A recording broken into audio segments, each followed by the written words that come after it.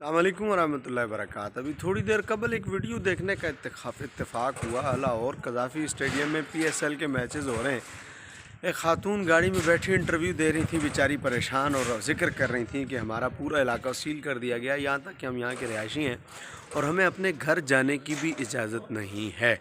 Knees उनका ये कहना था कि यहाँ पर स्कूल बंद हैं, यहाँ पर मस्जिदें बंद हैं, यहाँ पर दीगर जो सहूलियात हैं वो सारी बंद हैं, और वजह सिर्फ़ और सिर्फ मैचेज़ है। मैं हैरान हूँ, जो लोग तहरीक लब्बैक के धरने पर या तहरीक लब्बैक के नामूस रिसालत मार्च पर ये दलील पेश किया करते थे कि लोग परेशान हैं, रास्ते बंद हैं, ट्रैफिक ब्लॉक है, लोगों को परेशानी हो रही है। हुजूर के नामूस के मसले पर जिन्हें इस बात की परेशानी का सामना था, आज वो एक फ़ालतू काम में, यानी मैचेज़ कराने के सिलसिले में सब कुछ बंद किए बैठे हैं।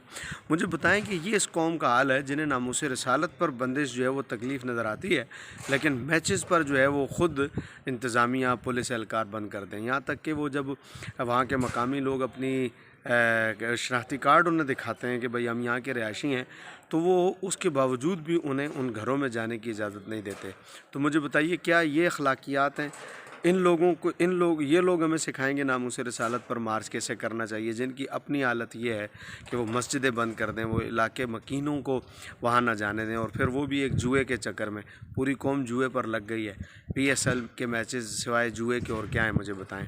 यकीनन इसमें जुआ है और पूरी कौम को इस पर लगा दिया गया है, और मस्जिदें बंद कर दी जाती हैं, नमाज़ नहीं पढ़ने दी जाती, ये नमाज भी नहीं पढ़ने की इजाज़त है। क्या है ये सब? इस कौम पर फिर कैसे रहमत नाज़िल हो? वो बाबा जी कहा करते थे, नामूस रिसालत का मसला वो क्या जाने जिन्होंने अपना दिल क्रिकेट को दे दिया। बड़े दुख के साथ बग़ैर अदाब के अदाब अर्ज़ है।